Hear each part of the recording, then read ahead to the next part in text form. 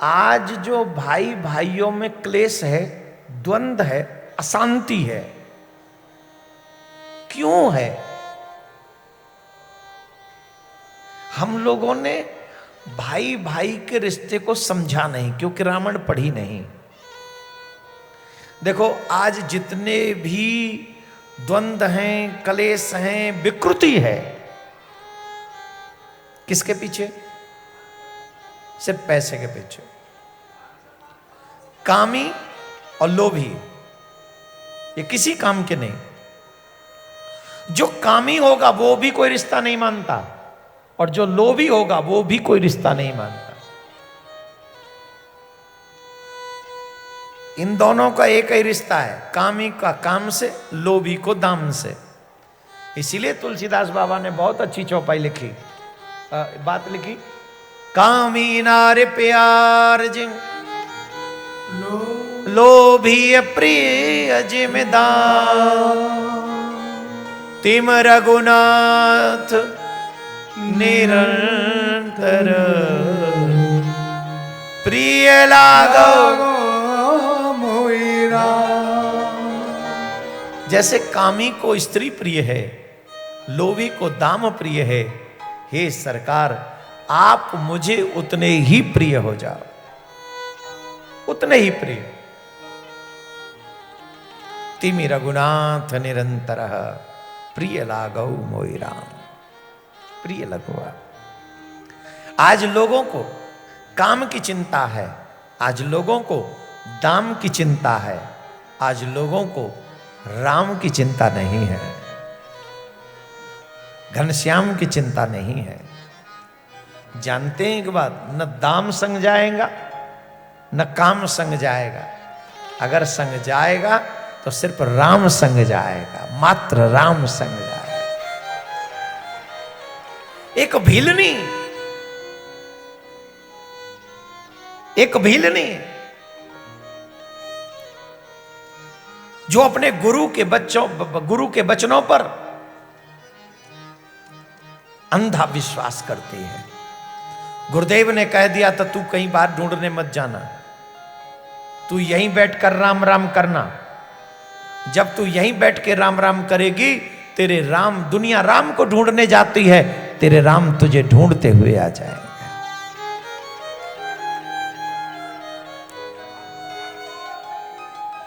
तेरे राम तुझे ढूंढते, कितनी बड़ी बात। तुझे राम को ढूंढने नहीं जाना है, राम तुझे ढूंढते हुए आए।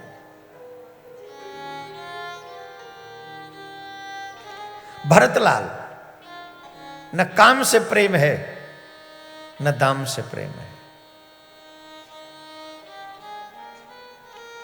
जितने भी लोग बैठे एक बात समझ लो, विश्व में धन मिल जाए, बहुत मिल जाए, महीपत की ठकुराई, कोष मिले, व्यापार मिले, परिवार मिले, मिल जाए सहाय, राज मिले और पाठ मिले, सेवक मिल जाए तुम्हें सुखदाई, ये सब वस्तु बड़ी ही सरल पर दुर्लभ एक सहोदर भाई।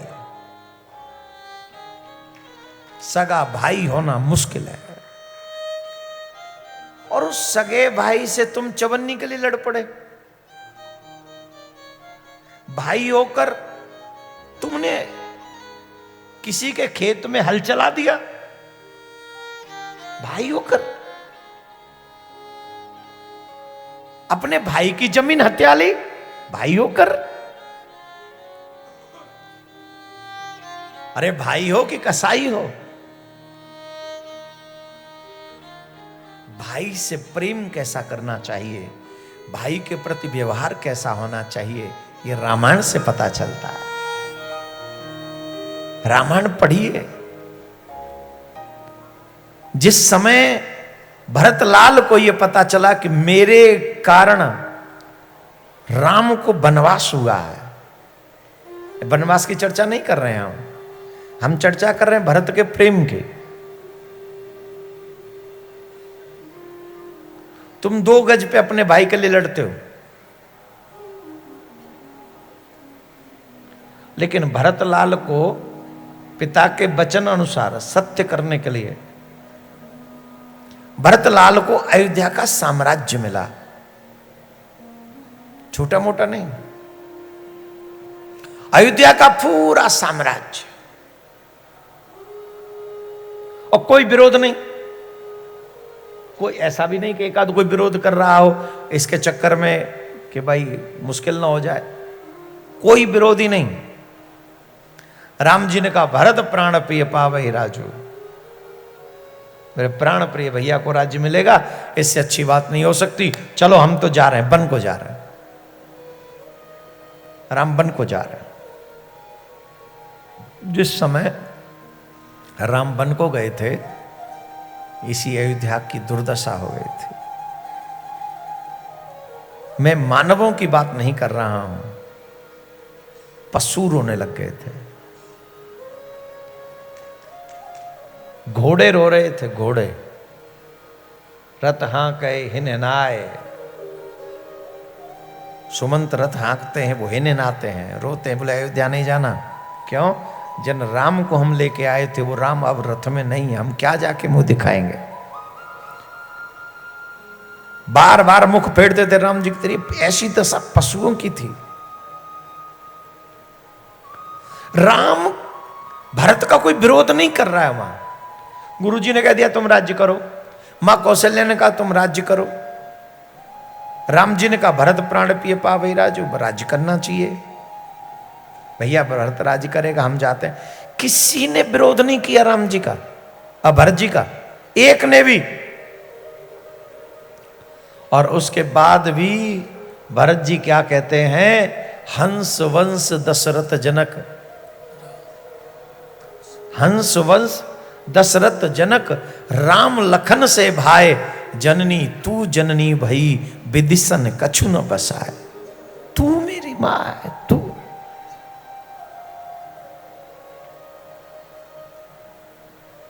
राम विरोधी हृदय से प्रकट कीन विधि मोय, मो समान को पात की बाद कहूं कछु तोय। ऐसे भरतलाल कहते हैं मेरे समान ब्रह्म इस संसार में कोई पापी नहीं है, मैं सबसे बड़ा पापी हूं जिसके कारण राम को वनवास हुआ, मैं कारण हूं उसका। न मैं होता न मेरे राम को मेरे कारण वनवास झेलना पड़ता, उसका पापी मैं हूं। एक बहुत अच्छी बात मुझे याद आ रही है, भरत जी ने शत्रुघ्न से कहा था, शत्रुघ्न रघुकुल पर वज्र गिरा, छोड़े हैं प्राण पिताजी ने। रघुकुल पर वज्र गिरा, छोड़े हैं प्राण पिताजी ने, क्या यही देखने को धारा नर्तन मुझ अभागी ने। शत्रुघ्न सरयू के किनारे तुम मुझको भी पहुंचा देना, हो पिता का दाह कर्म तो मेरी भी चिता जला देना, मेरी भी चिता जला देना। जिसके कारण राम को वनवास हुआ हो वो जीने का अधिकारी नहीं है, वो जी नहीं सकता, जीना नहीं चाहिए। मैं राम विरोधी हूं, मैं राम विरोधी हूं। अरे रामायण पढ़ो भाई, छोटी छोटी बातों पे भाई लड़ते हैं, छोटी छोटी बातों पे परिवार टूट जाते हैं। क्यों? क्योंकि रामायण का बोध नहीं है, रामायण का ज्ञान नहीं है। वही राम है, वही रावण है, वही दशरथ, वही कौशल्या, वही लक्ष्मण, कहानी वही है, फिर भी राम कथा पुरानी नहीं लगती। आज भी लगता है कि जितना कहा जा रहा है वो कम है, जो छूट जा रहा है वो ज्यादा है।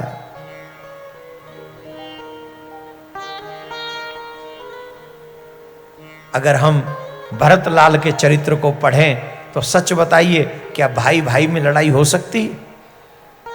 बोलिए, युद्ध होगा, विवाद होगा। विवाद कब होगा? जब रामायण पढ़ने की बाद बजाय हम लोग फिल्म देखेंगे, सीरियल देखेंगे, गंदी गंदी स्टोरी देखेंगे, षड्यंत्रों को देखेंगे, तब विवाद होगा, तब घर टूटेंगे, तब तलाक होंगे। अगर वाकई अपने जीवन के प्रति संवेदनशील हो, अगर वाकई तुम्हें अपने जीवन से प्रेम है, अपने परिवार से प्रेम है, तो अपने परिवार में रामायण को रखो। रामायण होगी तभी तुम्हारे जीवन का, परिवार का भला होगा। रामायण तुम्हारे घर को टूटने नहीं देगी, परिवार को टूटने नहीं देगी, वो तुम्हारे परिवारों को टूटने से बचा लेगी। ऐसी रामायण। भरत जी महाराज ने कहां घर टूटने दिया, बोलो। भरत जी को यह लगता था कहीं सब मुझे समझ लें दोषी, कोई बुराई नहीं, पर मेरी कौशल्या मां न समझ ले मुझे दोषी, उसे न लग जाए कि मेरे कारण ये हुआ है। भरत जी महाराज कौशल्या मां के पास में गए और कहते हैं, मां, जो पाप ब्राह्मणों के गांव को जलाने में होता है, जो पाप गौ हत्या करने में लगता है, जो पाप वेदों की निंदा करने में लगता है, जो पाप वेद निंदा सुनने में होता है, ते पातक मोहि लगहि विधाता, जो यह होय मोर मत माता। ये सब पाप मुझे लग जाएं, अगर इसमें मुझे थोड़ा भी भनक भी हो तो, हे मां, ये सारे पाप मुझे लग जाएं, अगर मेरा मत इसमें हो तो।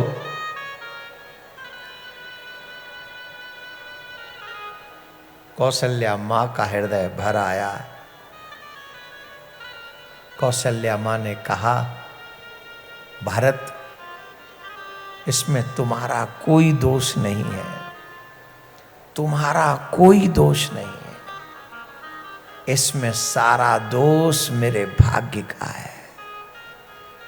तुमसे ज्यादा जानती हूं मैं तुमको। मेरा भरत ऐसा नहीं है। मैं भरत से ज्यादा भरत को जानती हूं कि मेरा भरत कैसा है।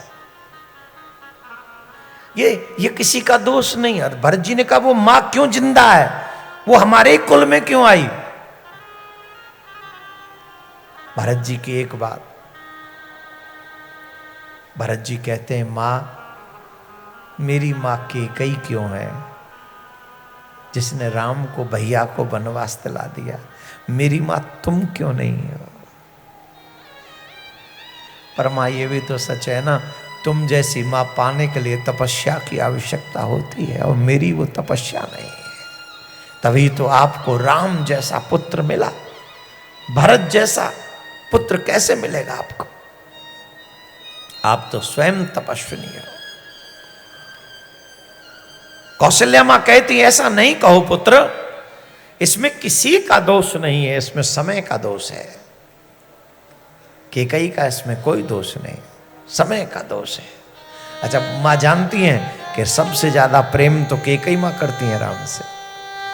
खैर, हम यहां आपको भरत जी के विषय में थोड़ी सी प्रेम की चर्चा कर रहे थे, क्योंकि भाई भाई में बहुत लड़ाई होती है कि नहीं होती। और सबसे ज्यादा जो ज्यादा अपने आप को बुद्धिमान समझता है, वही सोचता है कि मैं बुद्धिमान हूं, मैं छीन लूं, और जो भोले वाले उनको ठगता रहूं। एक बात बताएं, अगर किसी भाई का खाओगे तो कहीं के नहीं बचोगे, कहीं का नहीं। जिन बच्चों के लिए तुम्हें ये सब बेईमानी करते हो ना भाइयों से, तुम्हें तुम्हारे बच्चों को वो चुकाना पड़ेगा।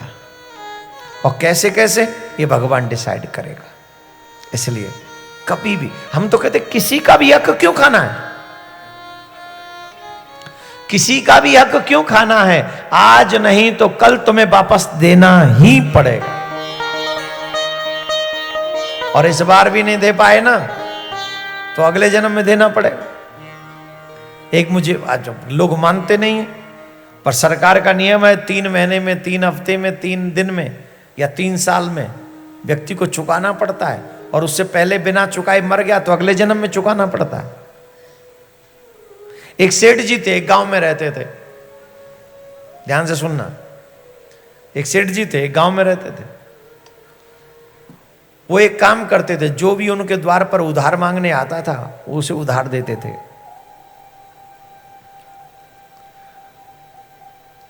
मुनीम से कह रखा था कोई भी लौटना नहीं चाहिए, जो आए सो दे दो से, जो मांगे उधार वो दे दो।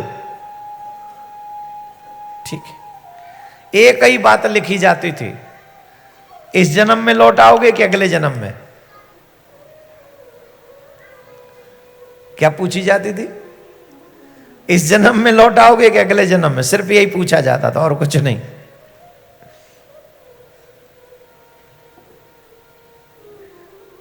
लिखना यही होता था रजिस्टर में, ये इस जन्म में चुकाएगा कि अगले जन्म में चुकाएगा।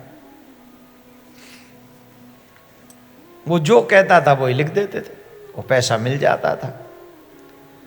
एक चोर को पता चली सेठ जी के बारे में, बोले इससे बड़ा मूर्ख कोई नहीं, ये अगले जन्म का भी उधार देता है, वही तो बहुत अच्छा है, पर चोरी करने की जरूरत क्या है, इसी के घर चलते हैं। कई लोग बुद्धिमान होते, बोले अगले कहाँ, इसी घर चले, काहे को डंडा खाएं। तो वो चोर सेठ जी के घर में गया, बोले मुझे उधार चाहिए। बोले कितना? बोले 20,000 रुपया। बोले ले लो, सिर्फ रजिस्टर में एंट्री करनी है, इस जन्म में चुकाओगे कि अगले जन्म में? बोले अगले जन्म में चुकाएंगे। बोले बहुत अच्छा, आशीर्वाद, लेके जाओ, नाम भर दो। भर दिया। अब जब लौट के आ रहा था, देख रहा था, जब पैसे लेके आ रहा था तो उसने देखा भैंसों का तबेला बड़ा अच्छा है। तो चोर नियत कहाँ मानती है, 20,000 तो ले लिए। भैंसों को देख के लगा कि यहीं रुक जाता हूँ, रात में छिप जाता हूँ, रात में खोल के ले चलूंगा, 2-4 भैंस तो ले ही चलूँ। पहले भैंसों की चोरी होती थी, हमारे भी गांव में, घर में ही हो गई थी। गांव में क्या, वो तो माता जी ने बचा ली उस समय, हमारे घर में हुई, झोंपड़ी में रहते थे, बंद रही थी, खोल के ले गए। आए रात में, माँ रामलीला आ रही, माँ रावण अल्लाह मचा रहा, यहाँ थे लंका लुट गई। झोंपड़ी सी झोंपड़ी में 2 भैंस बंद रही, उन्हें खोल ले गए। खैर वो मिल गई। बाद में क्या, उसी रात में पकड़ ली गांव वालों ने, भाग गए। लाया के खेत में पानी दे, वहां फंस गई भैंस। पूरी कहानी याद है हमको। तो पहले भैंसों की भी चोरी करते थे लोग, भैंस पोए जो हो जाते थे, नहीं तो बोले भैंस ही खोल जे चलेंगे यहां से, अच्छी भैंस बन रही हैं। तो शाम अंधेरे होने का प्रतीक्षा करने लगा, तबेला में छिप गया जाके। अच्छा, कई लोग बड़े माइंडेड होते हैं, इंटेलिजेंट, अलग अलग जीवों की भाषा समझते थे। तो वहां 2 भैंसें बातें कर रही थी आपस में। तू कब से है? बोले 15 साल से। तू, मैं तो अभी आई हूं, नई आई। बोले हाँ। तू कब से? कितने लिए थे तूने इस सेठ के? अरे उस समय सस्ते के जमाने में 2,000 रुपए लिए थे, और मर के भैंस बन के दूध दे दे के चुका रही। कसम क्या? बोले मैं ही ना चुका रही, अब तो मेरी ललिया हुआ है, ये बड़ी बहू चुकाने, जीव चुका रही। और पता ना है भगवान कब तक चुकवावे को, और कितनी वीरवन्नों पर है को। दूसरी तो बोले नहीं, तो तू तेने कितने लए? अरे बोले बहन मैं क्या बताऊं, मैं अगले जन्म की कह के ले गई आते 5,000 रुपया, और अब आई हूं, देखो कितने दिना में सीरा सिलटे को। चोर समझ रहा था, उनकी भाषा समझ गया। बोली अच्छा, इसलिए पूछा गया कि इस जन्म में दोगे कि अगले जन्म में? मतलब अगले जन्म में भी चुकाना पड़ेगा, लेके मर गए तो भैंस बनना पड़ेगा, या कुछ पोहा बनना पड़े, पोहा या क्या बनना, पता नहीं क्या बन के चुकाना पड़े। जरूरी नहीं भैंस बन के चुकाना पड़े। अगर आजकल तो बैल भी नहीं चुकाते, बैल को हर में तो नहीं जोतते, अब तो ट्रैक्टर। किसी न किसी रूप में तुमको वो शरीर बन लेना पड़ेगा, जिससे तुम अगले जन्म में जिससे लिया है उसका चुकाओ।